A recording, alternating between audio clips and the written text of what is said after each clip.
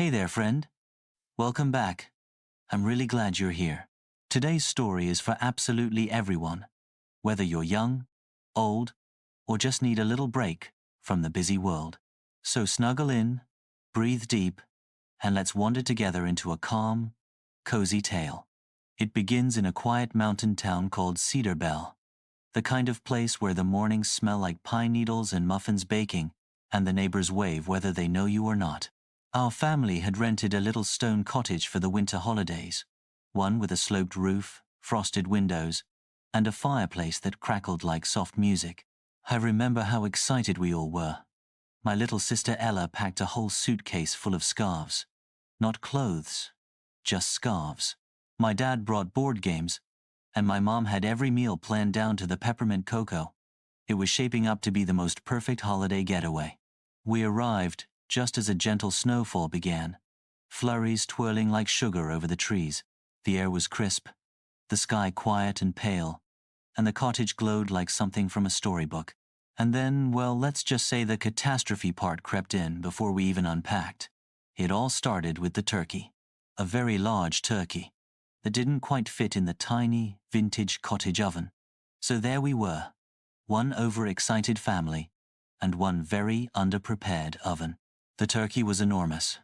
Truly, it looked like it belonged on a magazine cover. But when Dad tried to slide it into the oven, it jammed halfway, wedged in like a suitcase that won't fit in the overhead bin.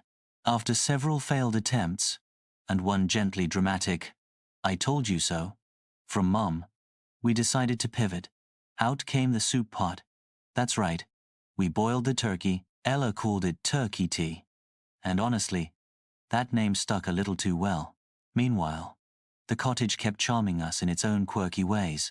The floor creaked with every step, the bathroom light flickered like a firefly, and the wind outside made the shutters clatter in a strangely soothing rhythm.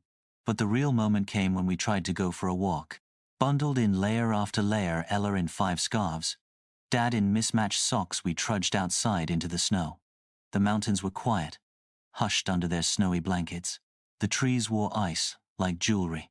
It was breathtaking, until Ella slipped on a patch of ice and landed right in a puddle. She sat there, wet and surprised, until we all burst into laughter, not mean laughter, but warm, belly-deep giggles that made our eyes water in the cold. Mom said, "Well, it's officially a holiday now." And just like that, we realized, maybe holiday perfection isn't about perfect turkeys or matching mittens. Maybe it's just about being together. Later that night, wrapped in wool blankets and toasty socks drying by the fire, we all sat down to eat our strange, but oddly delicious, turkey tea soup. The flames crackled, the snow tapped softly at the windows, and laughter filled the little cottage like light.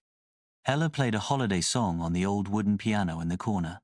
Not perfectly, but sweetly, and Dad joined in with a harmonica he found in a drawer.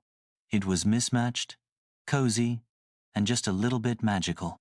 Outside, the world was still. The snow glowed under the moonlight, and the scent of pine filled the air every time we cracked open the door for more firewood. I looked around at my family, rosy cheeks, goofy smiles, tired eyes full of love, and I thought, this is it. This is what people mean when they say, a moment is perfect. It wasn't the holiday we'd planned, but it was absolutely the one we needed. Thanks so much for being here today, friend. I hope this little tale warmed your heart the way it warmed mine to tell it. If you've ever had a holiday go a bit sideways, just know those are often the ones we treasure most. Don't forget to like, subscribe, and join me next time for another gentle, beautiful story. Until then, stay warm, be kind to yourself, and maybe double-check your oven size next time. Huge.